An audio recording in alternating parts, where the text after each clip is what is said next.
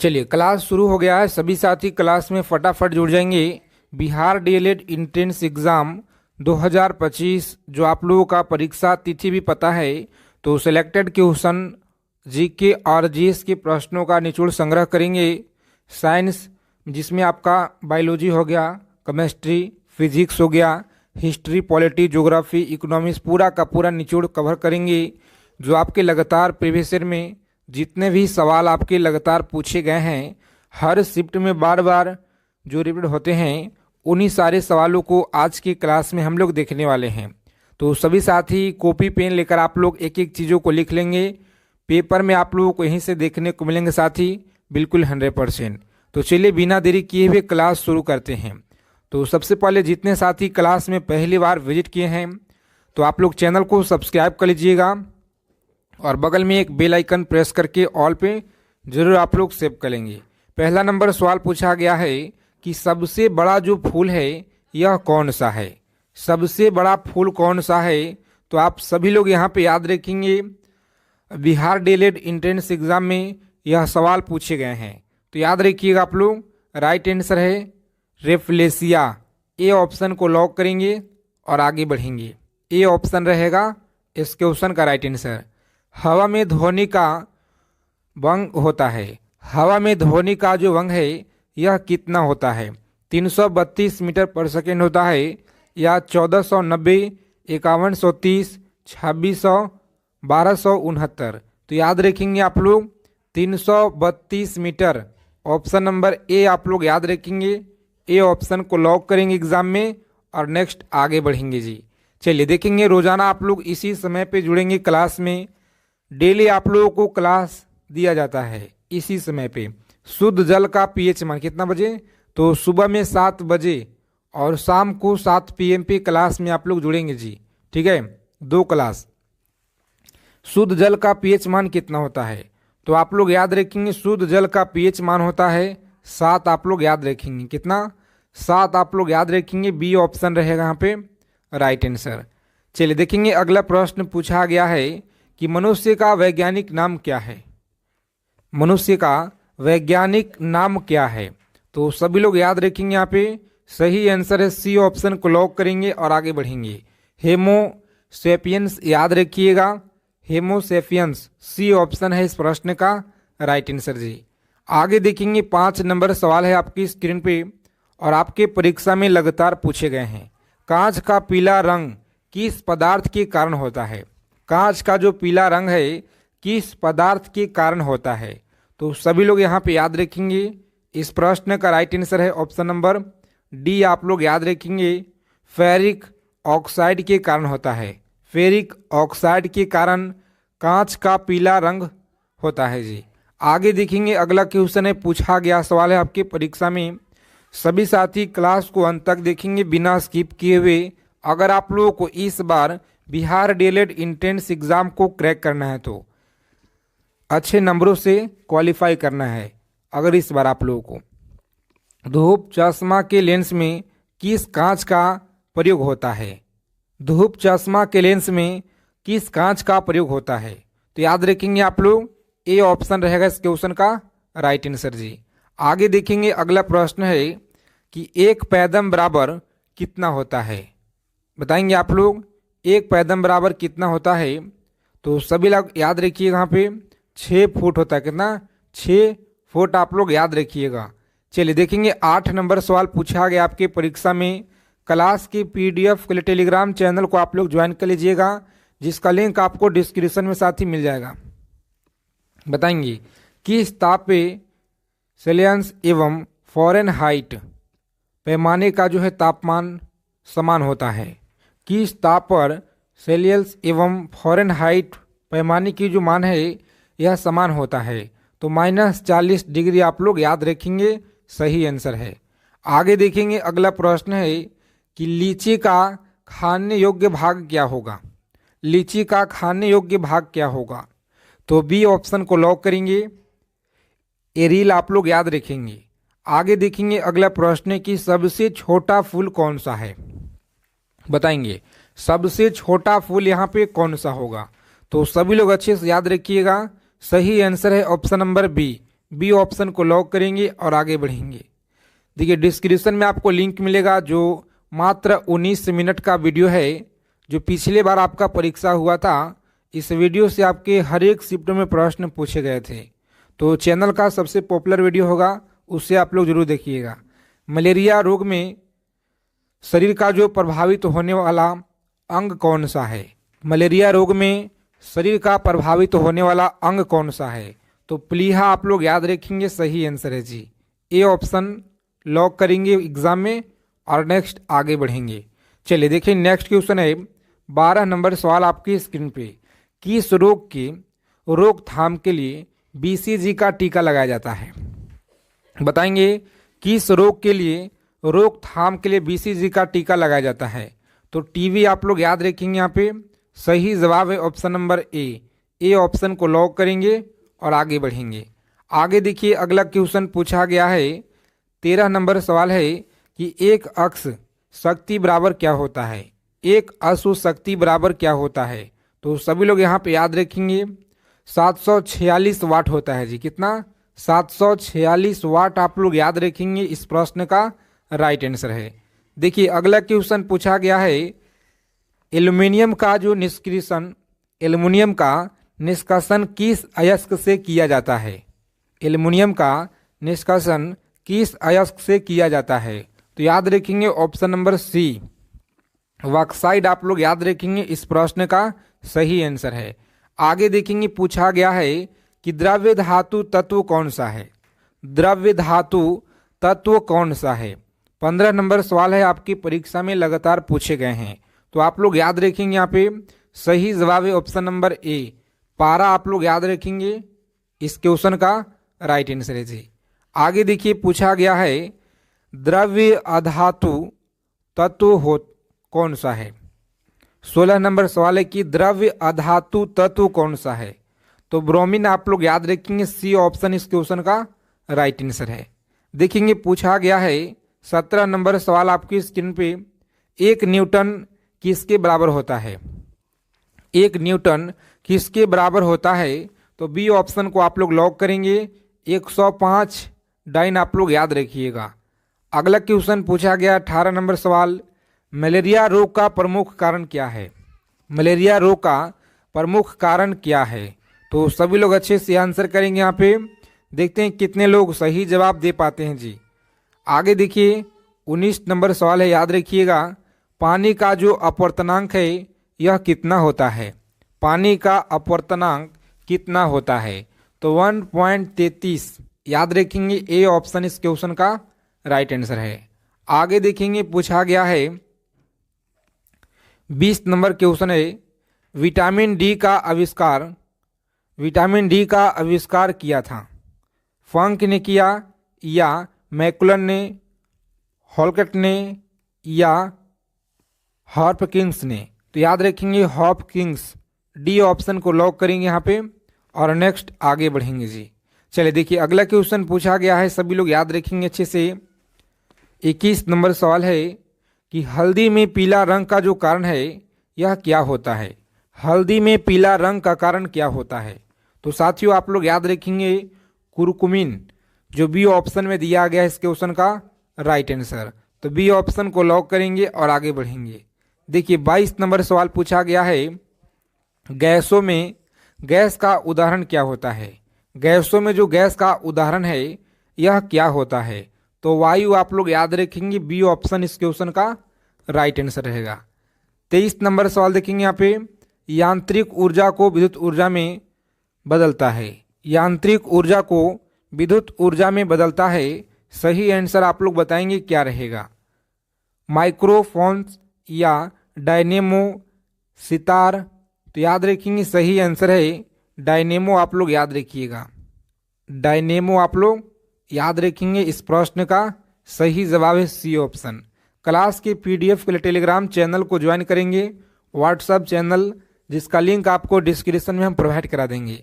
Sericulture किससे संबंधित है? बताएंगे 24 नंबर सवाल है, सेरीकल्चर यह किससे संबंधित है?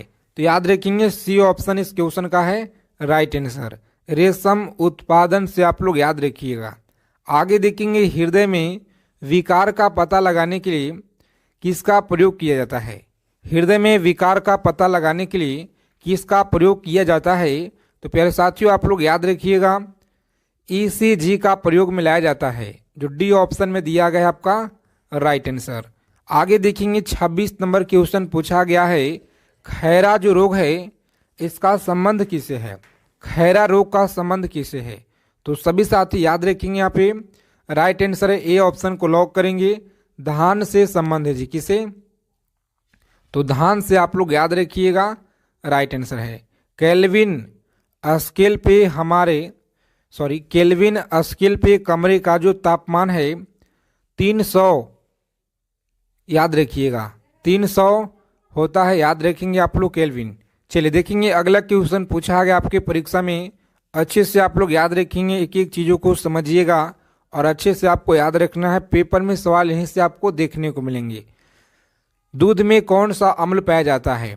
चलिए बताइए, दूध में कौन सा अम्ल है?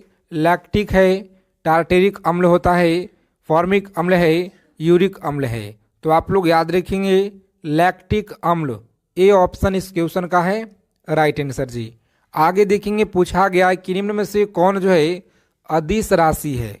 अदिश राशि है विद्युत धारा, आप लोग याद रखिएगा, ए ऑप्शन को लॉक करेंगे यहाँ पे और आगे बढ़ेंगे। अगला क्वेश्चन देखिए पूछा गया है, टेटनस रोग किसके कारण होता है? टेटनस रोग जो है यह किसके कारण होता है? तो आप लोग याद रखेंगे बैक्टीरिया के कारण होता है जी। किसके कारण? बैक्टीरिया के कारण टेटनस रोग होता है, सभी लोग याद रखिएगा। निर्वात में प्रकाश की चाल कितना होता है? बताइए, निर्वात में प्रकाश का जो चाल है यह कितना होता है? तो प्यारे मित्रों आप लोग याद रखेंगे ऑप्शन नंबर ए ऑप्शन को लॉक करेंगे आप लोग और नेक्स्ट आगे बढ़ेंगे, इस क्वेश्चन का राइट आंसर है। आगे देखिए पूछा गया है, कम समय में जितना हो सके ज़्यादा से ज़्यादा हम लोग रिवीजन करेंगे अच्छे चीज़ों का, जो आपके परीक्षा में बार बार पूछे जाते हैं। देखिए 32 नंबर सवाल है कि साधारण बातचीत के तीव्रता कितना डेसिबल होता है? तो 30 से लेकर के और 40 जो है साधारण बातचीत की यह तीव्रता होता है। तो सी ऑप्शन को लॉक करेंगे आप लोग, नेक्स्ट आगे बढ़ेंगे। समुद्र जल की पीएच मान कितना होता है? बताएंगे, समुद्री जल की जो पीएच मान है यह कितना होता है? तो प्यारे साथियों आप लोग याद रखिएगा, यहाँ पे सही आंसर है ऑप्शन नंबर, लॉक करेंगे सी को और आगे बढ़ेंगे 8.4, याद रखिएगा 8.4 इस क्वेश्चन का है राइट आंसर जी। देखेंगे 34 नंबर प्रश्न है, पोलियो से शरीर का जो प्रभावित होने वाला अंग है यह कौन सा है? पोलियो से शरीर का प्रभावित होने वाला अंग यहाँ पे कौन सा है? यकृत है, प्लीहा है, तंत्रिका तंत्र है, लिम्फ ग्राफ है। तो याद रखेंगे सी ऑप्शन, तंत्रिका तंत्र आप लोग याद रखिएगा। आगे देखेंगे पूछा गया है, गेहूं में खाने योग्य भाग कौन सा है? बताएंगे, गेहूं में खाने योग्य भाग यहाँ पे कौन सा है? तो ए ऑप्शन को लॉक करेंगे यहाँ पे और आगे बढ़ेंगे, बिल्कुल सही आंसर है जी। चलिए देखेंगे अगला क्वेश्चन पूछा गया है, किस अम्ल का उपयोग सीसा संचालक बैक्टीरिया में किया जाता है? किस अम्ल का जो उपयोग है सीसा संचालक बैक्टीरिया में किया जाता है? सल्फ्यूरिक अम्ल हो गया, हाइड्रोक्लोरिक अम्ल हो गया। तो याद रखेंगे सल्फ्यूरिक अम्ल, ए ऑप्शन रहेगा इस क्वेश्चन का राइट आंसर, याद रखिएगा।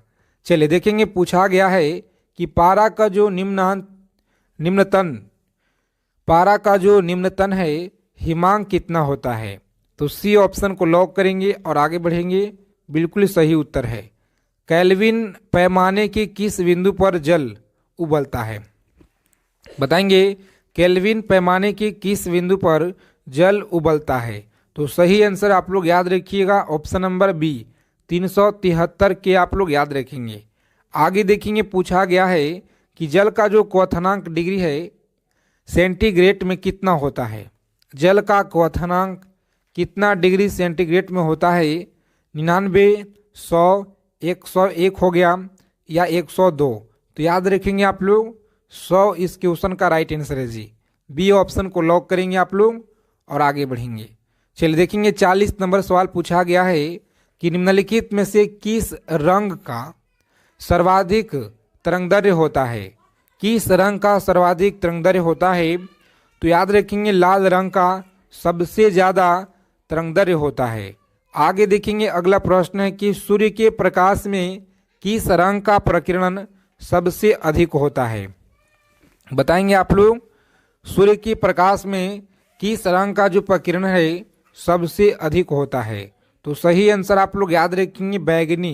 बैगनी ऑप्शन नंबर डी इस क्वेश्चन का राइट आंसर है। आगे देखेंगे पूछा गया है, बताएंगे मैक रेखा का संबंध किसे है।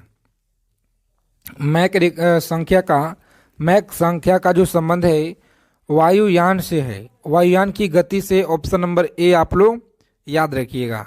आगे देखेंगे अर्थशास्त्र पुस्तक के लेखक कौन है। अर्थशास्त्र पुस्तक के लेखक हैं कौटिल्य। ऑप्शन नंबर डी इस क्वेश्चन का राइट आंसर है। आगे देखेंगे अगला प्रश्न पूछा गया है कि जातक कथा का संबंध किसे है। जातक कथा का जो संबंध है यह बौद्ध धर्म से किसे है, बौद्ध धर्म से। ऑप्शन नंबर बी इस क्वेश्चन का राइट आंसर है। देखेंगे 4 नंबर क्वेश्चन यहाँ पे, विंग्स ऑफ फायर के लेखक कौन है। विंग्स ऑफ फायर के लेखक हैं APJ Abdul Kalam. APJ Abdul Kalam B option रहेगा राइट आंसर। देखेंगे अगला प्रश्न पूछा गया है कि गांधी जी ने अपना दांडी मार्च कब शुरू किए हुए थे। गांधी जी ने जो अपना दांडी मार्च है यह कब शुरू किए हुए थे।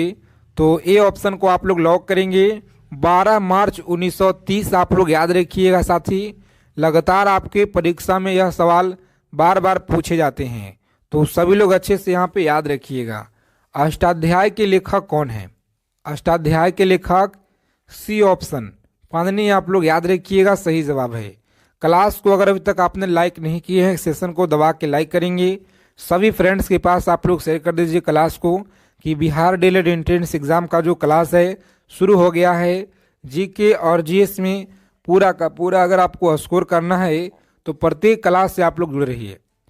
रास तनूरा तेल रिफाइनरी किस देश में स्थित है। तो सऊदी अरब में आप लोग याद रखिएगा। देखेंगे 8 नंबर सवाल है, विंस की मूर्ति के नाम से किसे जाना जाता है। विंस के मूर्ति के नाम से मधुबाला को जाना जाता है। सी ऑप्शन इस क्वेश्चन का राइट आंसर है। आगे देखेंगे कामसूत्र के लेखक कौन है। कामसूत्र के लेखक कौन है। तो साथियों बी ऑप्शन को आप लोग लॉक करेंगे और आगे बढ़ेंगे। चलिए देखिए अगला प्रश्न पूछा गया है कि जब्ती प्रणाली की जो शुरुआत है यह किसने की थी। जब्ती प्रणाली की शुरुआत अकबर ने की थी। किसने? अकबर ने। आप लोग याद रखिएगा सही आंसर है जी। राजतरंगिणी के लेखक कौन है बताइए। राजतरंगिणी के लेखक कल्हण है। कौन है? कल्हण। ऑप्शन नंबर ए आप लोग यहाँ पे याद रखिएगा। देखेंगे अगला सवाल पूछा गया है, भारतीय संविधान में लोक कल्याणकारी राज्य की स्थापना किस भाग से संबंधित है। तो भाग 4 से यह संबंधित है। आगे देखेंगे भारत भारतीय के लेखक कौन है बताइए। भारत भारतीय के लेखक कौन है। तो मैथिली शरण गुप्त आप लोग याद रखिएगा। कौन है? मैथिली शरण गुप्त आप लोग याद रखेंगे। ए ऑप्शन है इस क्वेश्चन का राइट आंसर। आगे देखेंगे अगला प्रश्न है, कुंभ मेला कितने वर्ष के अंतराल पर आयोजित किया जाता है। तो 12 वर्ष के अंतराल पे कुंभ मेला का आयोजन किया जाता है। पृथ्वीराज रासो के लेखक कौन है।